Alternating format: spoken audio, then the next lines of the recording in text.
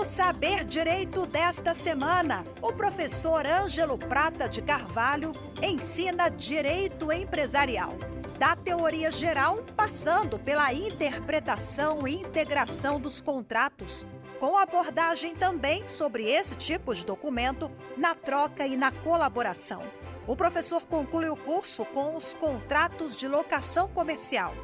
Está no ar a aula 5.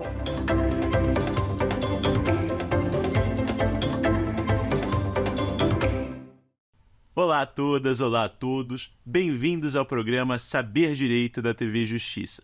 Meu nome é Ângelo Prata de Carvalho, advogado em Brasília, doutor e mestre em Direito pela Universidade de Brasília, e estamos agora chegando ao fim do curso de contratos empresariais que estamos apresentando ao longo de 5 encontros aqui no Saber Direito. Esse, portanto, é o 5º encontro em que nós vamos encerrar as nossas discussões sem prejuízo de posteriores aprofundamentos. Como falo desde o começo do curso, desde a primeira aula, a ideia de trazer algumas discussões a respeito dos contratos empresariais de maneira alguma é esgotar esse tema. Pelo contrário, a discussão sobre contratos empresariais, ela está bastante efervescente no Brasil atualmente, bastante efervescente na literatura de direito comercial, exatamente em razão desse esforço coletivo de desenvolvimento de parâmetros dogmáticos, de bases dogmáticas comuns que permitam consagrar os contratos empresariais à luz dos seus princípios distintivos, à luz dos seus vetores de funcionamento que tornam esses negócios jurídicos repletos de peculiaridades, mas peculiaridades em comum, que permitem o desenvolvimento desses princípios, dessas diretrizes gerais de funcionamento que orientam a redação, a interpretação, o julgamento de controvérsias associados a esses contratos e que permitem uma compreensão mais adequada da dinâmica das relações econômicas nos mercados. Essa dinâmica que é marcada por um amplo conjunto de contratos típicos, mas também um amplo conjunto, talvez ainda mais amplo, de contratos socialmente típicos e de contratos atípicos. Lembrando que o direito empresarial e o campo dos contratos empresariais é o lugar onde se desenvolve com maior franqueza, com maior facilidade, a autonomia privada e a liberdade de contratar. Porque a autonomia privada é o poder jurídico que é capaz de dar vazão à criatividade dos agentes econômicos. Criatividade associada à inovação, associada à assunção de novos riscos, que naturalmente são o fundamento do escopo lucrativo da atividade econômica. Então, por isso, a ideia de a gente enfatizar alguns contratos típicos, mas principalmente contratos atípicos, que acabam desempenhando um papel extremamente relevante na contratação empresarial. E mesmo nos contratos atípicos nós verificamos um amplo conjunto de cláusulas atípicas, um amplo conjunto de subtipos contratuais que modificam os regimes originários, ou seja, modificam os regimes mais tradicionalmente conhecidos, inclusive já no direito civil, como é o caso da compra e venda, que a gente já verificou anteriormente, na terceira aula em que nós falamos sobre contratos de intercâmbio, e como nós também vamos ver nessa aula 5, a última dos nossos 5 encontros para falar sobre contratos empresariais. Por quê? Essa aula eu procurei destinar ao contrato de locação comercial, para que se demonstre um fenômeno muito interessante nos contratos empresariais que congrega aspectos de todas as categorias gerais que a gente trabalhou até agora. O contrato de locação comercial, ele é um contrato típico, um contrato previsto pela lei do inquilinato, que é a mesma lei que a gente vai utilizar nos nossos contratos de aluguel para moradia pessoal, os contratos de locação residencial. A gente tem um capítulo lá destinado especificamente à locação comercial, que é um contrato típico que tem uma vinculação bastante grande com a teoria geral da empresa, com a ideia de estabelecimento comercial, com a ideia de ponto comercial. A gente vai ver vai ver isso com um pouquinho mais de calma hoje, que é um contrato muito trabalhado pela literatura, muito utilizado na prática. Então, assim como nós fizemos com a compra e venda, vale a pena a gente dedicar algum tempo para olhar para a locação comercial individualmente ou isoladamente como um tipo contratual autônomo previsto pela legislação, mas também como um tipo contratual originador de outras discussões, um tipo contratual originador de outras figuras contratuais, que são os nossos outros as outras figuras, as outras modalidades de contrato que nós vamos ver na aula de hoje.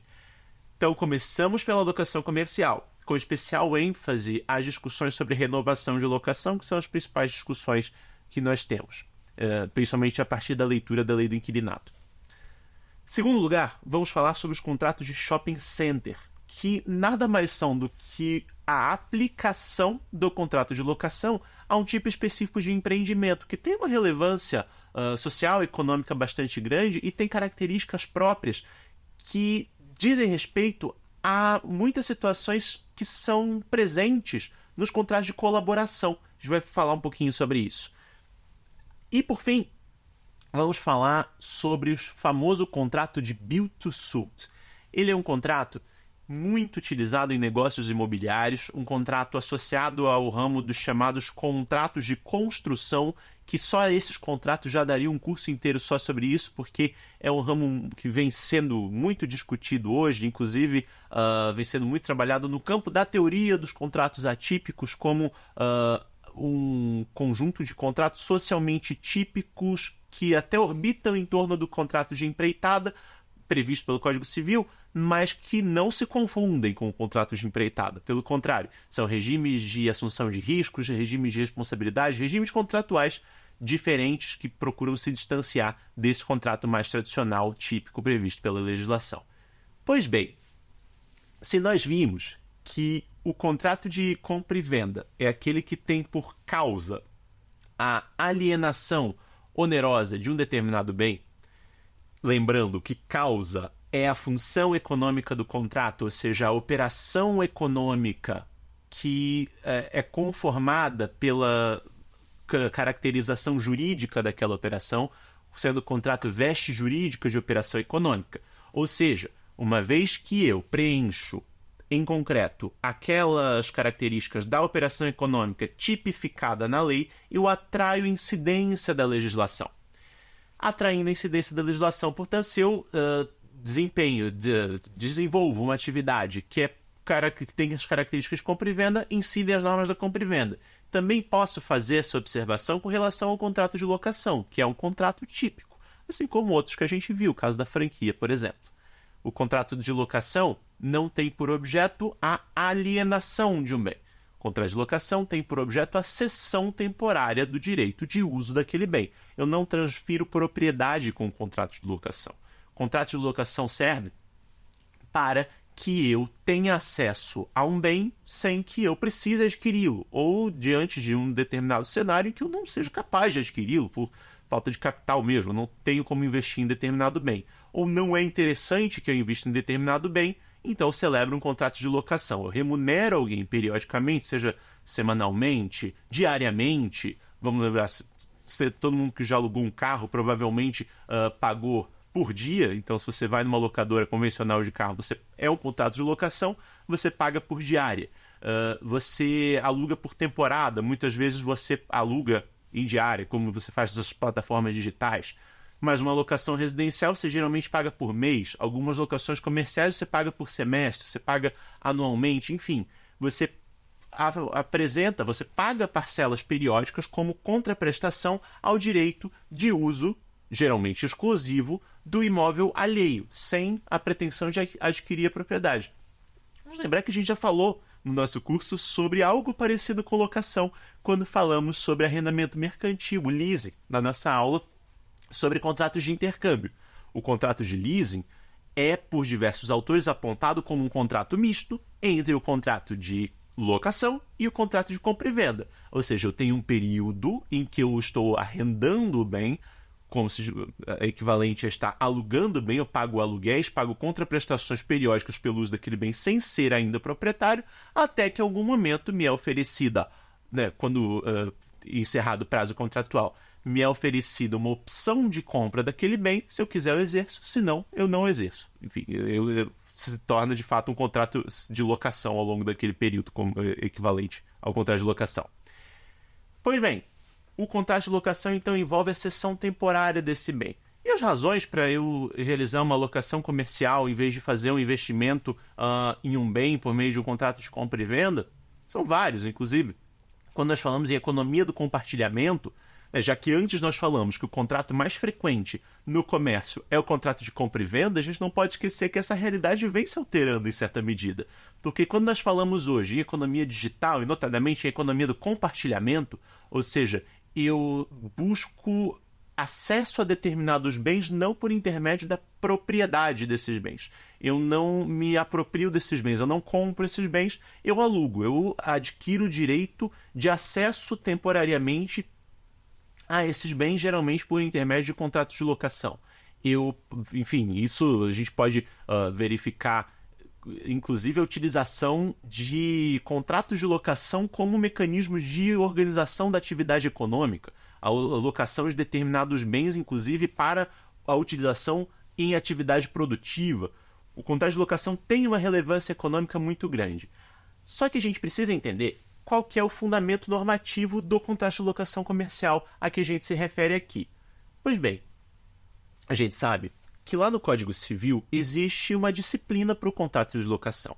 Tem lá um capítulo da parte de direito dos contratos, entre os contratos em espécie, temos lá a chamada locação de coisas.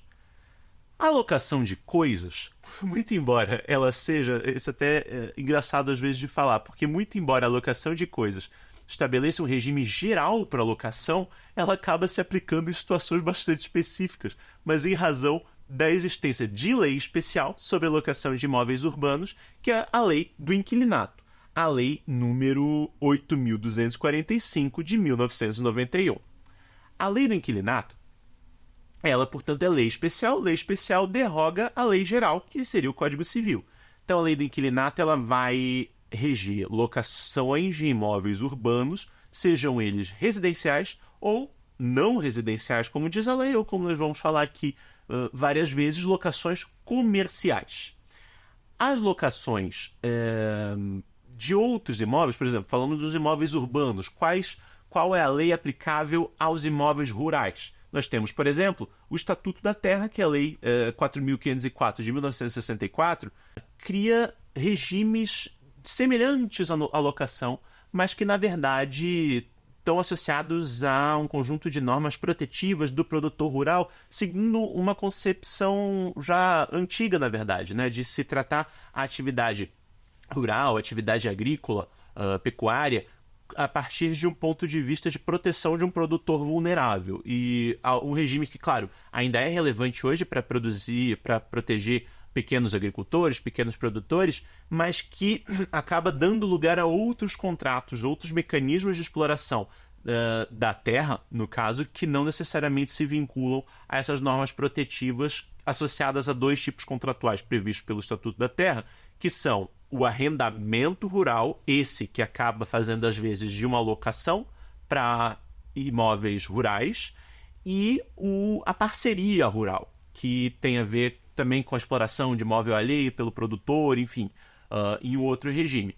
Claro, não necessariamente os interesses dos agentes econômicos vão ser satisfeitos por esses regimes contratuais. Portanto, hoje, a jurisprudência, inclusive do STJ, a literatura a respeito do tema, chamado direito do agronegócio, já vem difundindo outros modelos contratuais, inclusive contratos atípicos, contratos socialmente típicos, contratos que vieram a ser tipificados como contratos de integração agroindustrial, por muito tempo celebrado como contrato atípico, e hoje já tem uma normatização legal, mas o Estatuto da Terra, enfim, ele acaba sendo destinado a regular as locações de imóveis rurais, só que não todas as relações econômicas associadas a imóveis rurais naturalmente. Pelo contrário, quando a gente fala no desenvolvimento do agronegócio como mercado, o Estatuto da Terra vem sendo cada vez mais criticado exatamente por não estar alinhado a essas características de respeito à autonomia privada, de menor intervenção. Isso é algo que vale a pena ressaltar e talvez retomando, inclusive, algumas das considerações anteriores. A gente não pode esquecer, quando fala de contratos, nós falamos, por exemplo, do artigo 113 do Código Civil, que fala sobre interpretação dos contratos em geral, como a gente falou lá na aula sobre interpretação dos contratos, na aula 2 desse curso, mas a gente não pode esquecer que existem outras normas jurídicas, inclusive no Código Civil, que orientam a interpretação, a compreensão, a integração dos contratos em geral, mas principalmente os contratos empresariais, como é o próprio artigo 421, o artigo 421-A do Código Civil, também alterados com o advento da Lei da Liberdade Econômica em 2019, para incluir o que se chama de princípio da mínima intervenção sobre os contratos, como incluir uma presunção de simetria entre as partes envolvidas em relações empresariais. Naturalmente, trata-se de partes profissionais que exercem atividade econômica para os mercados e parte da premissa de que elas sabem o que está acontecendo, elas sabem com quem estão lidando, com o que estão lidando.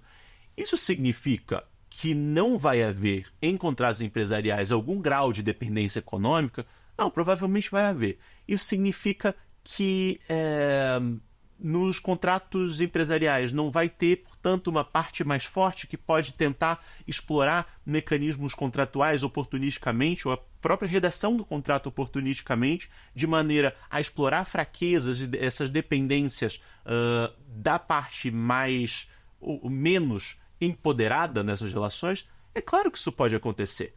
A questão é que o ordenamento jurídico, por se tratar de relação jurídica paritária, simétrica, entabulada entre agentes profissionais, não vai oferecer mecanismos interventivos adicionais voltados a tutelar uma parte presumivelmente vulnerável, como acontece no Código de Defesa do Consumidor, em que temos uma parte presumivelmente vulnerável, que é o consumidor, em face do fornecedor de bens e serviços. Pois bem, o contrato de locação comercial, ele acaba se localizando nesse tipo de questão quando a gente fala especificamente da locação comercial. Porque, vejam, a locação residencial não necessariamente... Eu até tenho algum tipo de dependência econômica, mas não necessariamente eu tenho uma parte mais forte. Eu posso ter um grande investidor do ramo imobiliário que atua como locador e aluga apartamentos para várias pessoas, que para ele tanto faz quem está alugando apartamento, que ele vai conseguir de qualquer maneira. Os imóveis que ele tem para aluguel são praticamente fungíveis para ele. Tanto faz se ele vai vender, se ele vai alugar, para quem ele vai alugar. Importante, e ele não tem pressa para alugar.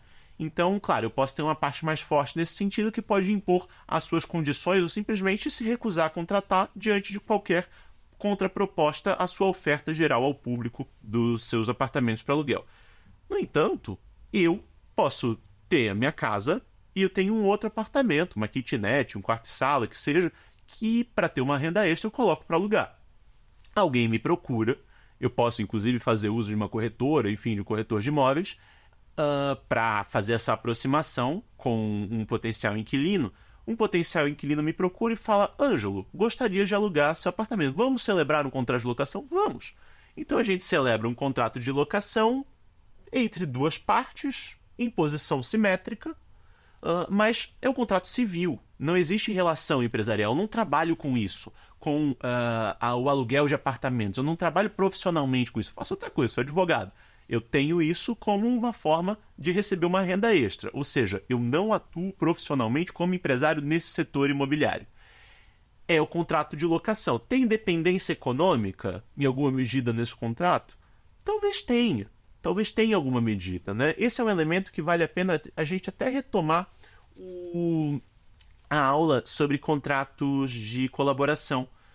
Porque a gente verifica em algumas situações, quando os contratos adquirem uma longa duração, vejam, quando adquirem longa duração, falar em dependência econômica não necessariamente está associado ao contrato de colaboração, tanto que a gente consegue verificar em alguns casos de contrato de locação algum grau de dependência econômica. Nesse meu exemplo, se existe algum grau de dependência econômica, ele é muito pequeno. Então, por exemplo, a pessoa vai ficar muito triste, muito chateada se ela tiver que se mudar do apartamento que eu estou alugando para ela, porque eu quero vender, quero usar para outra coisa. Mas dependência econômica propriamente não haverá. A pessoa vai ter tempo para se mudar para outro apartamento. Agora, quando a gente tem um contrato de locação comercial de longo prazo, em que uma empresa se fixa em um determinado local e, fixando-se naquele local, desenvolve a sua clientela, desenvolve as características do seu estabelecimento comercial, desenvolve as características do seu negócio, valoriza aquele ponto comercial, é extremamente prejudicial para o empresário inquilino que aquele contrato seja encerrado com o mero decurso do prazo previsto pelo contrato ou, eventualmente, com o encerramento abrupto do contrato que parta do locador. Então, o contrato de locação comercial ele pode ser espaço, ele é espaço para o desenvolvimento de relações de dependência econômica. Discutindo um pouco essa questão da dependência econômica, contratos de colaboração em geral, contratos de longo prazo em geral tem isso. Contratos de colaboração, em geral, tem isso também. Ou se vai poder dizer que não tem dependência econômica num contrato de franquia? Claro que tem. O negócio do franqueado é basicamente explorar o negócio do franqueador. Explorar mediante autorização ao uso de marca, a transferência de know-how, o que envolve grandes investimentos para aquisição de maquinário, de equipamentos, de funcionários. Então, imaginem só. Você poderia dizer que não tem dependência econômica se, por exemplo, esse contrato terminasse de uma hora para outra. E terminando o contrato de uma hora para outra, o franqueado ficaria com aquele monte de máquinas que ele teria que devolver, com aquele conjunto de informações, de conhecimentos que ele só pode usar dentro daquele sistema de franquia, tem distribuição. A questão é que, nas situações de dependência econômica, isso não necessariamente invalida o contrato ou desnatura o contrato. O que nós temos que verificar é se existe razoabilidade nas condutas das partes em uma relação de dependência econômica.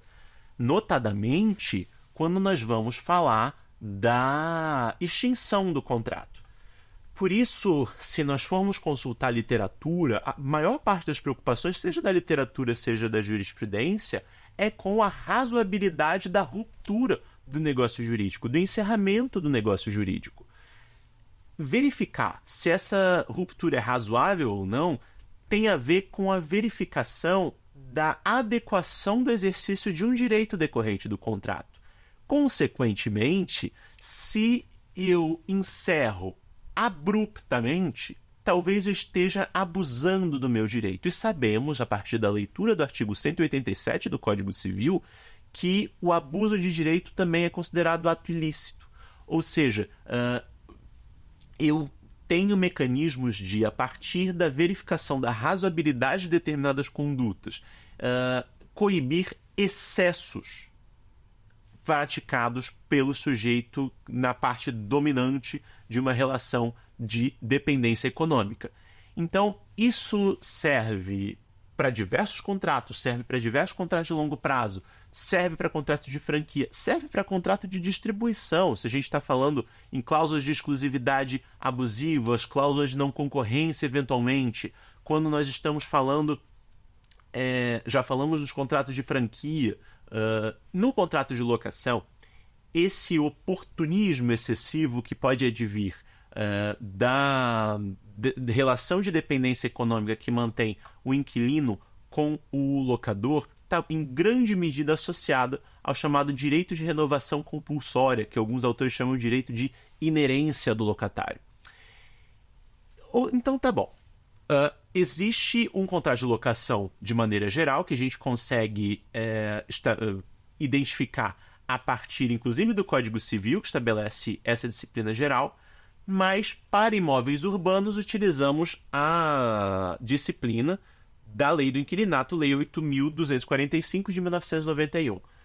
Antes de a gente passar para a Lei do Inquilinato, para o contrato de locação que está lá, e que também está acompanhado do regime dos outros contratos que nós vamos estudar na aula de hoje. Para que serve o regime do Código Civil?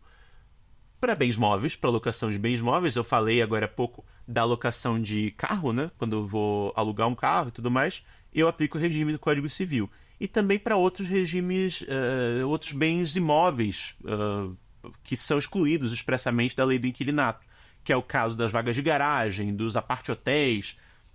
enfim, que são expressamente, de fato, excluídos pelo regime da lei do inquilinato, que a rigor, se a gente pega a ideia de imóvel urbano, eles estariam incluídos, mas por expressa disposição legal passam para a normativa do Código Civil.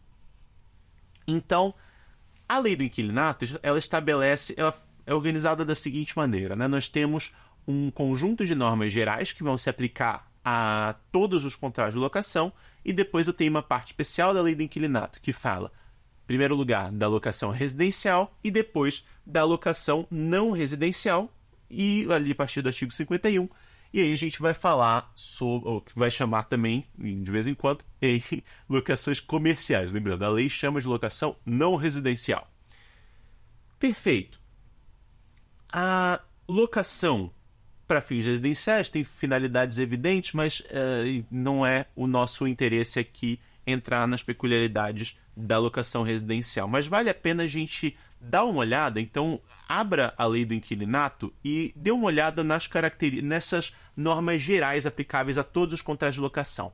Ali você vai encontrar, por exemplo, normas como deveres imputáveis ao locador e ao locatário.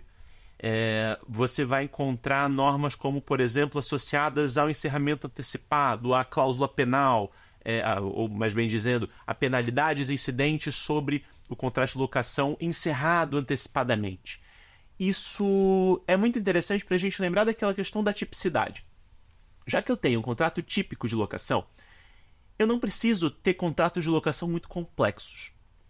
E sempre que eu falo que eu não preciso ter contratos de locação muito complexos, a gente pode até parar para pensar, poxa, então por que eu vejo contratos tão longos? Por que seja porque eu conheço alguém que faz contratos muito longos, eu busco um modelo de contrato e ele é muito longo, seja porque eu já vi, por exemplo, contratos de outros países, contratos em línguas em outro idioma, que são extremamente longos, um contrato de locação de 90 páginas.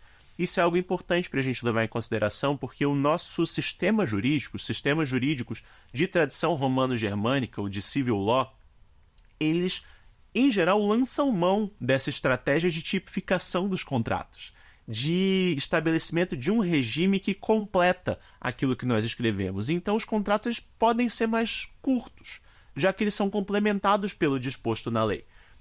Ao contrário, nos direitos, nos sistemas jurídicos de inspiração anglo-saxã, no chamado common law, não é que eu não tenho contratos atípicos, é que eu não tenho exatamente uma tipicidade. Eu não tenho modelos típicos que têm essa finalidade de preenchimento de lacunas, de oferecimento de um regime supletivo de normas dispositivas.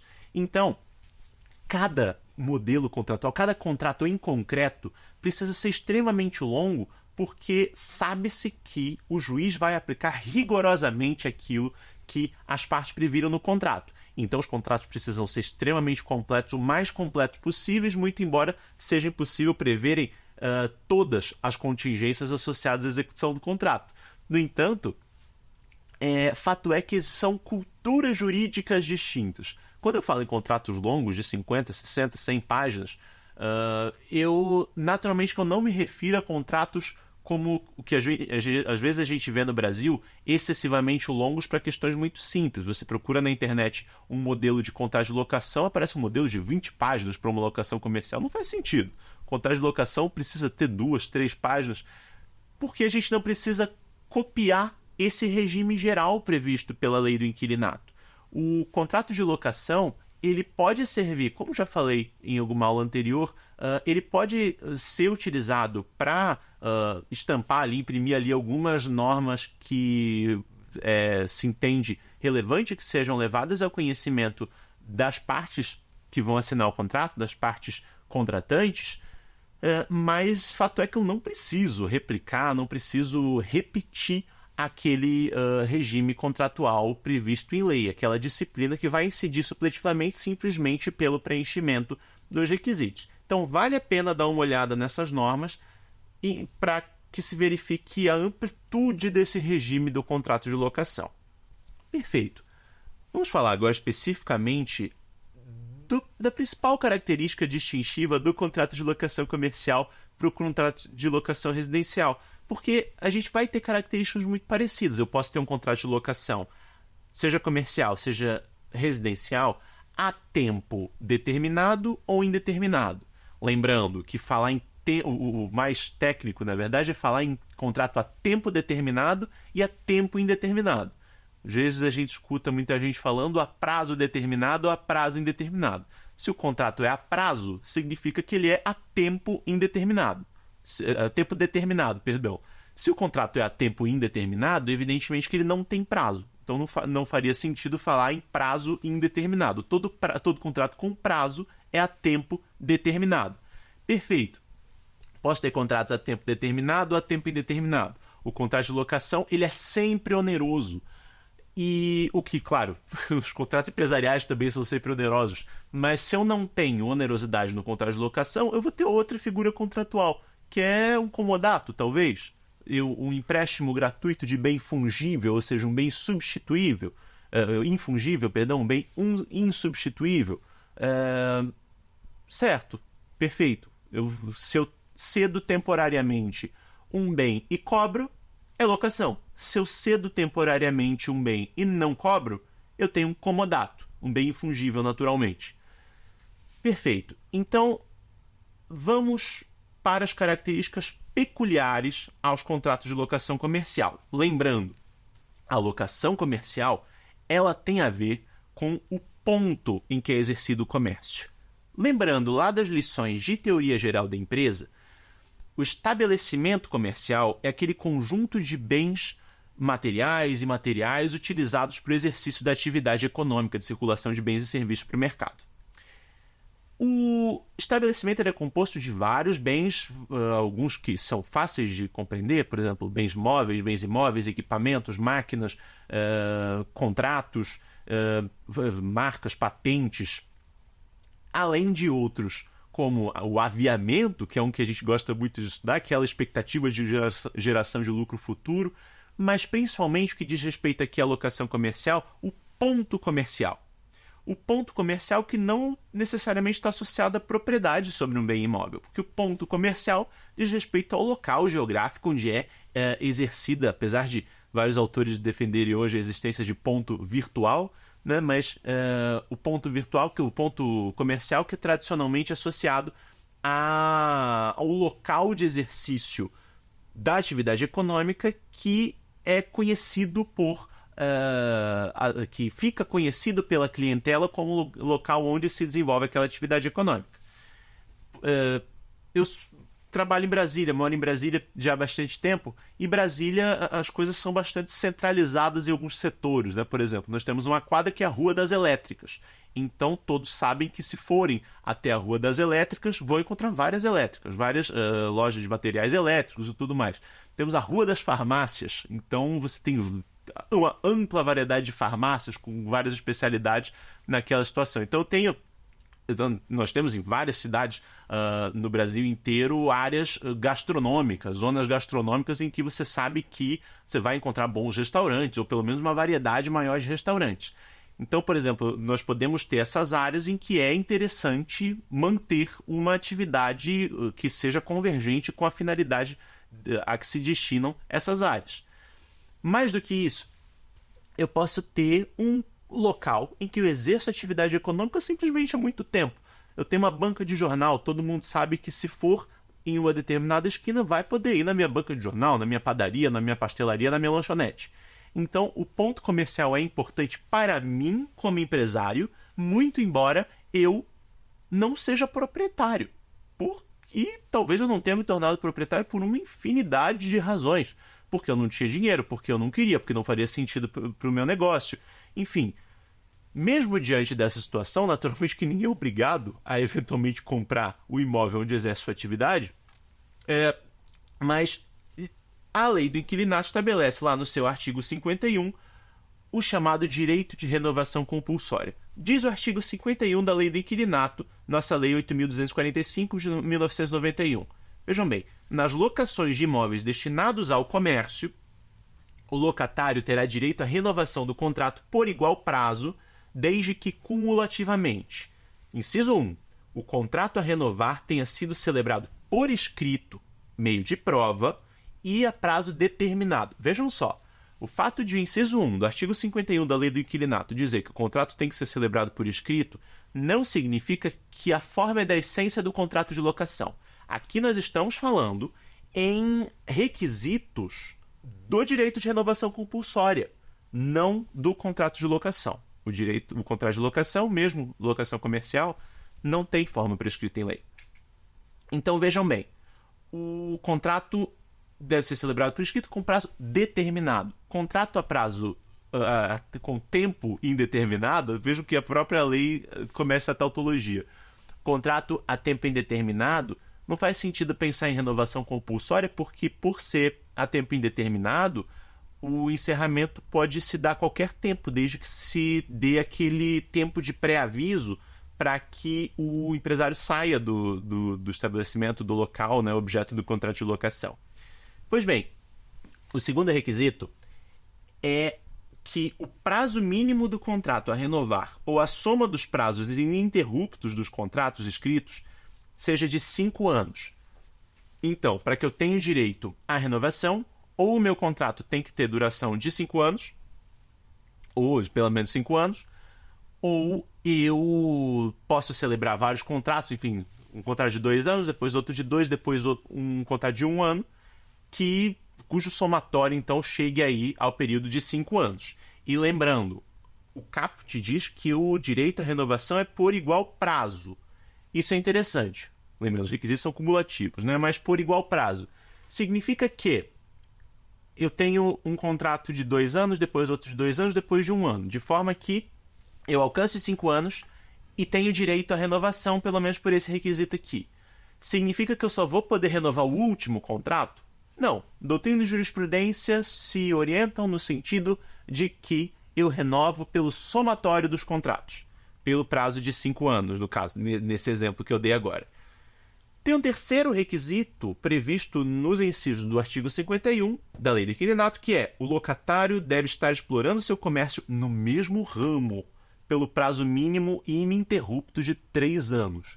Ou seja, eu poderia celebrar um contrato de locação de um imóvel comercial, o contrato de locação comercial, no caso, e ter mudado diário.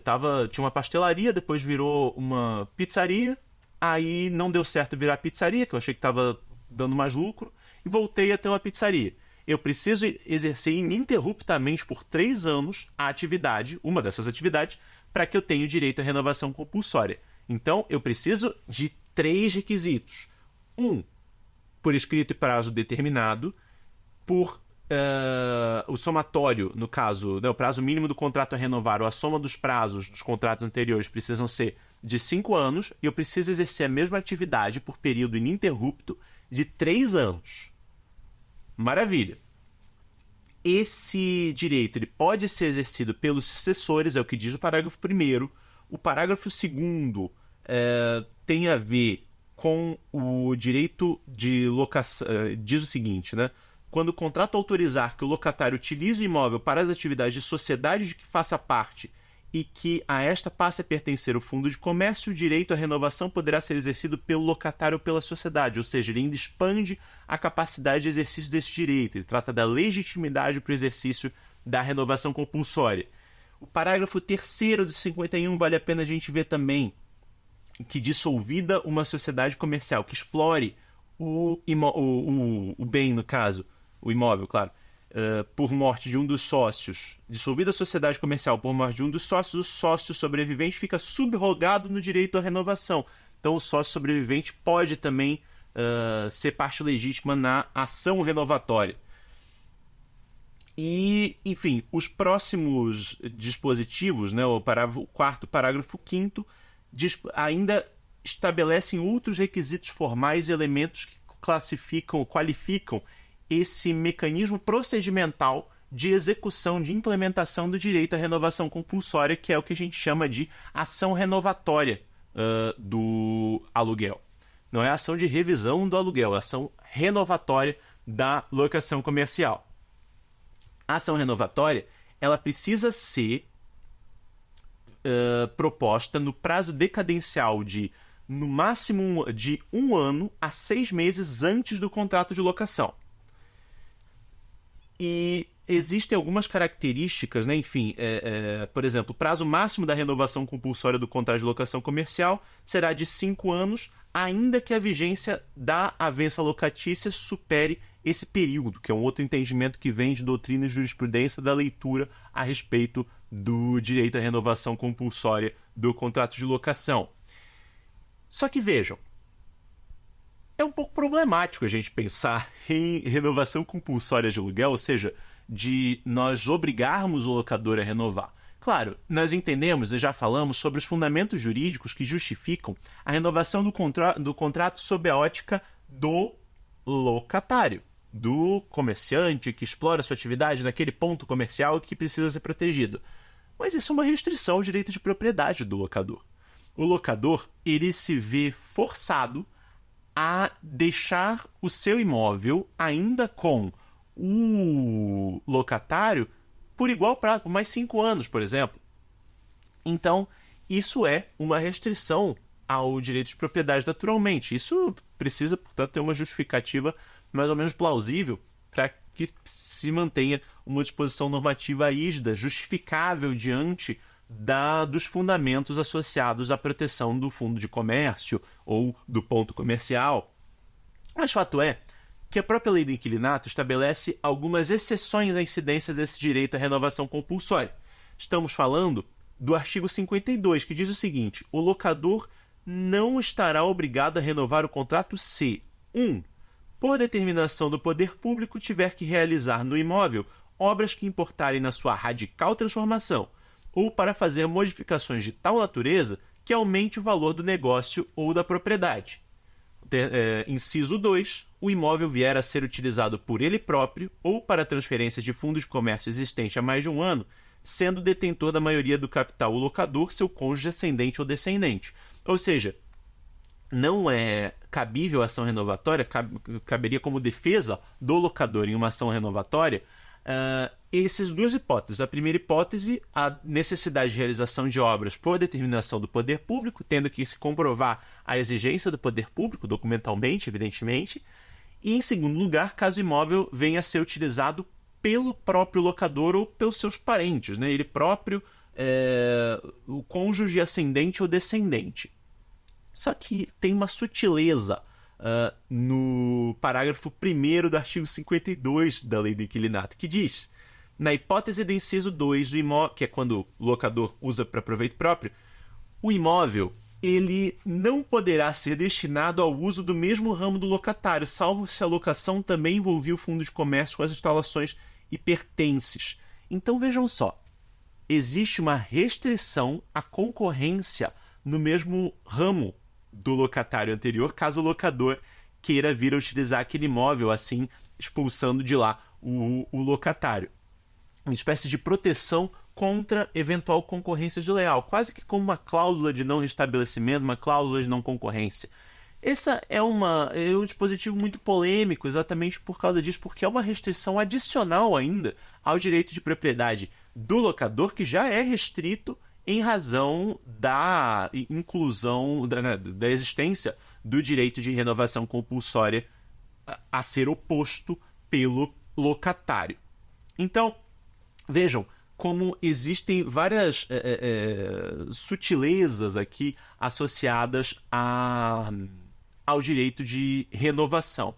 E tem ainda algumas discussões a respeito da indenização a ser devida pelo locatário diante dessa negativa, né, de direito de renovação. Isso está previsto pelo parágrafo 3º do artigo 52 da Lei do Inquilinato, que diz o seguinte: o locatário terá direito à indenização para ressarcimento dos prejuízos e dos lucros cessantes que tiver que arcar com a mudança, perda do lugar e desvalorização do fundo de comércio se a renovação não ocorrer em razão de proposta de terceiro em melhores condições, ou se o locador, no prazo de 3 meses da entrega do imóvel, não der o destino alegado ou não iniciar as obras determinadas pelo poder público ou que declarou pretender realizar.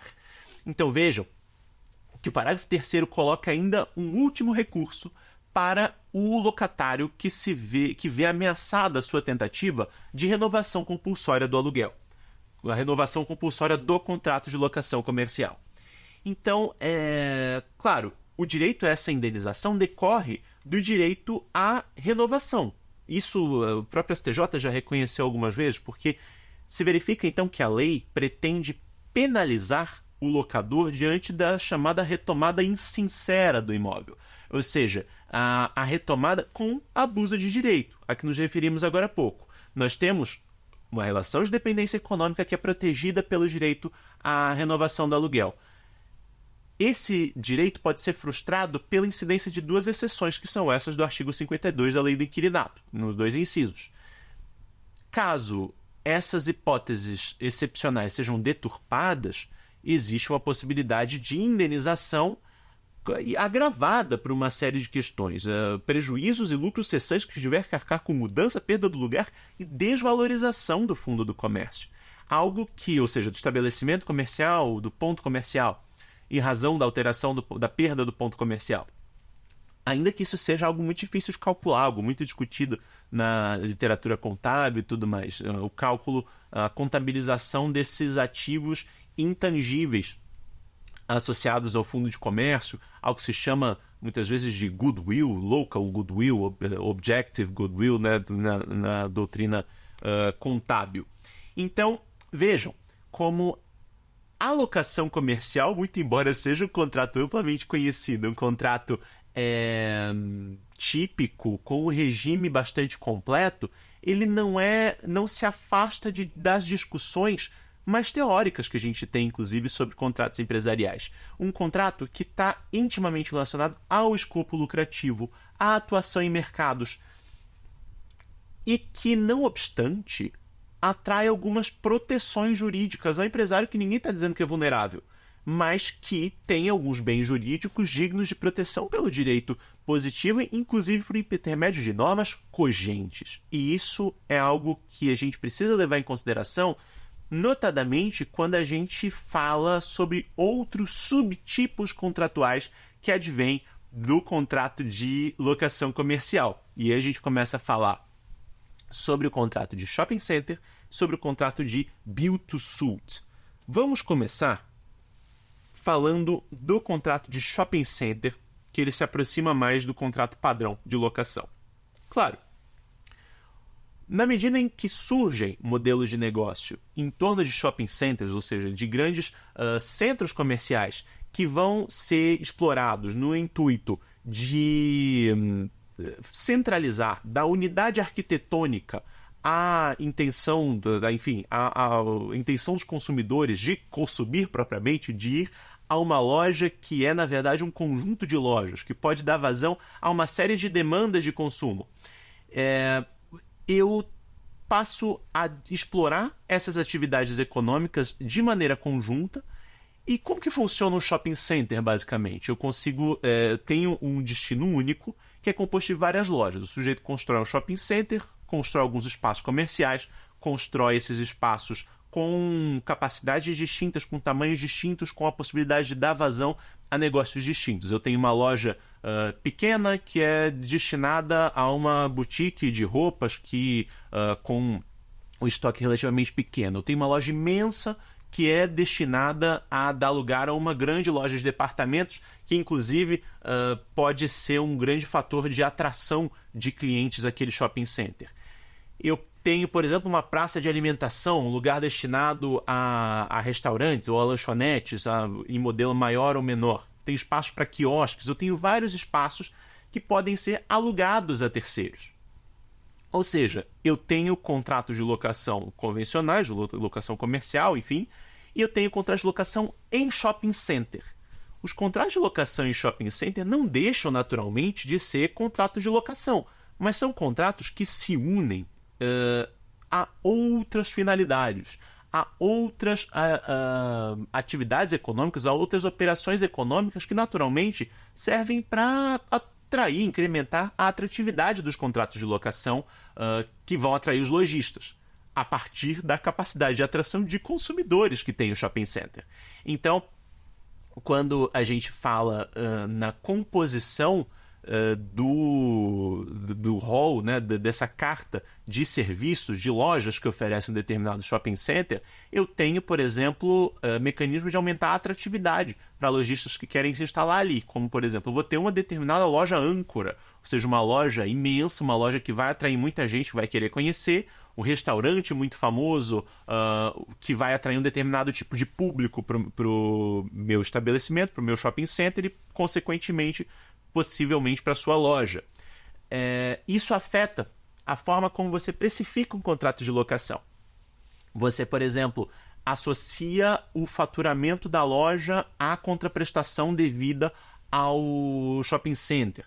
Tem várias cláusulas, a gente já vai falar um pouco sobre esses mecanismos que se inserem no contrato de locação em shopping center para que o lojista, o locatário de um espaço comercial e dentro de um shopping center se insira dentro de uma dinâmica que é própria do estabelecimento shopping center, para além do estabelecimento do lojista.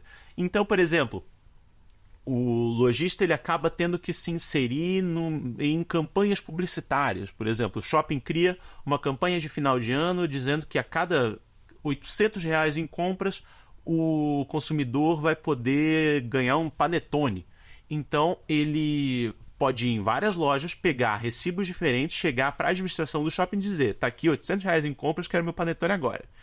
Eu posso ter, por exemplo, um shopping que faz uma promoção de Black Friday e que exige que todas as lojas estejam em uma liquidação, com promoções de pelo menos 40%. Claro, existe o limite do abuso de direito também, mas o lojista ele precisa se adequar às campanhas do shopping, inclusive para decoração. A decoração de Natal só fica até o dia 6 de janeiro, por exemplo. Se ficar até depois de janeiro, eu tenho determinadas punições que podem levar à aplicação de multas, à própria resolução do contrato de locação. Essa mistura de agentes econômicos que determina a atratividade do shopping center é chamada de tenant mix. E por essa razão se diz que o contrato de shopping center ele é um contrato atípico misto, ou seja, evidentemente é um contrato de locação, mas tem tantos aspectos próprios nele que a gente diz que ele é um contrato misto. E até tem uma discussão interessante, né? Claro, o artigo 54 da Lei do Inquilinato fala que prevalecem as condições livremente contratadas nos contratos de locação envolvendo shopping centers. E a gente tem, por exemplo, um parágrafo primeiro que fala de algumas cobranças que o locador não pode imputar ao locatário, como, por exemplo, de reformas dos imóveis, no imóvel, no estabelecimento em questão. Mas o parágrafo segundo fala ainda de despesas cobradas do locatário e tudo mais, e se discute, por exemplo, sobre a incidência automática da cláusula de renovação compulsória. Se não é exatamente um contrato de locação, será que eu sou obrigado a respeitar essa norma? Bom, se considerarmos que se trata de uma norma cogente e que aos contratos de locação em shopping center também incidem as normas do contrato de locação, evidentemente que incide a cláusula a obrigatoriedade dessa renovação compulsória. Caso se entenda que o contrato de locação de shopping center é algo totalmente distinto de um contrato de locação, talvez não sejam atraídas essas normas. E aí, naturalmente, que o caso concreto e a conformação do contrato que vai permitir compreender qual é o direito que se aplica. E, por fim, podemos falar ainda de uma terceira modalidade de contrato de locação que está associada a construção de imóveis. Não, claro que a gente está em uma outra categoria de contratos, são os contratos de build to suit, que podemos aprofundar mais com literatura e tudo mais, mas a lei do inquilinato ainda traz uma previsão específica dizendo, no artigo 54A, que na locação não residencial de imóvel urbano no qual se proceda a prévia aquisição, construção ou substancial reforma do imóvel então especificado, a fim de que seja este locado a prazo determinado, prevalecerão as condições livremente pactuadas no contrato. Ou seja, podemos prever ainda uma situação em que o contrato de locação se une ao contrato de empreitada. Eu contrato alguém para construir um imóvel que eu vou alugar. Então vejam como o contrato de locação tem uma amplitude bastante grande. Com isso, partimos às nossas perguntas para fixação do conteúdo dessa quinta aula do nosso curso. Pergunta número 1. Em qual diploma normativo estão contidas as normas gerais sobre a locação comercial? Código Civil. B. Código Comercial. C. Lei de Usura. D. Lei do Inquilinato. A resposta correta é D. Lei do Inquilinato. Como nós vimos, a locação de imóveis urbanos é regida pela Lei do Inquilinato. O Código Civil contém normas a respeito da locação, mas elas estão associadas geralmente a bens móveis e alguns bens imóveis específicos, como as vagas de garagem, os apart-hotéis, entre outros. Pois bem, depois dos nossos 5 encontros, então chegamos ao final do nosso curso de contratos empresariais aqui no Saber Direito da TV Justiça. Gostaria de agradecer imensamente à TV Justiça pelo convite para apresentar esse curso e me colocar à disposição de todos que nos assistem. É só procurar Ângelo Prata de Carvalho nas redes sociais. Aproveito mais uma vez para divulgar meu livro Contratos Empresariais Atípicos, a atipicidade contratual na teoria geral dos contratos empresariais, que é resultado da minha tese de doutorado. Fico muito contente pela sua audiência, por ter acompanhado esse nosso curso e espero que possamos nos encontrar em breve para maiores discussões. Um grande abraço a todos. Quer dar alguma sugestão de tema para os cursos do Saber Direito? Então mande um e-mail para a gente, saberdireito@stf.jus.br. Você também pode estudar pela internet. Acesse o nosso site radioetvjustiça.jus.br ou pode rever as aulas no canal do YouTube, @Rádio e TV Justiça.